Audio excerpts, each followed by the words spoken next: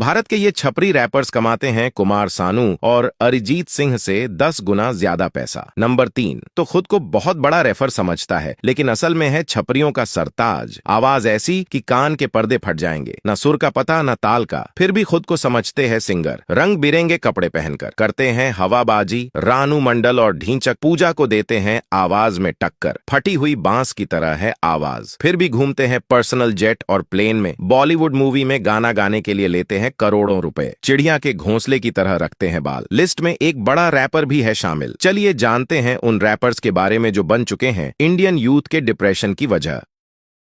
Number 1, MC Stan. दोस्तों, MC Stan, जिनका असली नाम अल्ताफ शेख है, ये इंडियन म्यूजिक इंडस्ट्री के सबसे जाने माने हिप हॉप आर्टिस्ट में से एक है, लेकिन काफी लोग इनसे नफरत करते हैं। यह इतने ज्यादा नफरत किए जाने वाले रैपर है कि इन्हें एक बार मध्य प्रदेश के इंदौर शहर से शो के दौरान ही भगा दिया गया था। इनके गाने में लिरिक्स कम और अश्लील शब्द ज्यादा देखने को मिलते हैं। आपके मोहल्ले में कई छोटे बच्चे इनका गाना गाते हुए नजर आ जाएंगे, बिना यह जाने कि इनके गाने में कितने अश्लील शब्दों का इस्तेमाल किया गया है। मुख्य रूप से इनके प्रशंसक भी इतने जहरीले हैं कि आपको उनसे दूर ही रहना चाहिए। नंबर 2, एमी वे बंटाई, रैपर और आर्टिस्ट। एमी वे बंटाई का असली नाम बिलाल शेख है। ये खुद को म्यूजिक इंडस्ट्री से न जोड़कर खुद को एक इंडिपेंडेंस आर्टिस्ट मानते हैं। मशहूर रैपर रफ्तार को डिस करके एमी वे बंटाई कम समय में ही चर्चा में आ गए थे। इनको सुनने वाली ज्यादातर ऑडियंस 14 साल के बच्चे हैं। जब आप उनके गाने सुनेंगे तो यकीनन वो आपके दिमाग के ऊपर से निकल जाएंगे। हालांकि उनके कुछ गाने काफी ज्यादा सफल भी साबित हुए हैं। अब एमी वे आपको कैसे लगते हैं यह हम आप पर ही छोड़ देते हैं, हमें कमेंट करके जरूर बताएं। नंबर 3,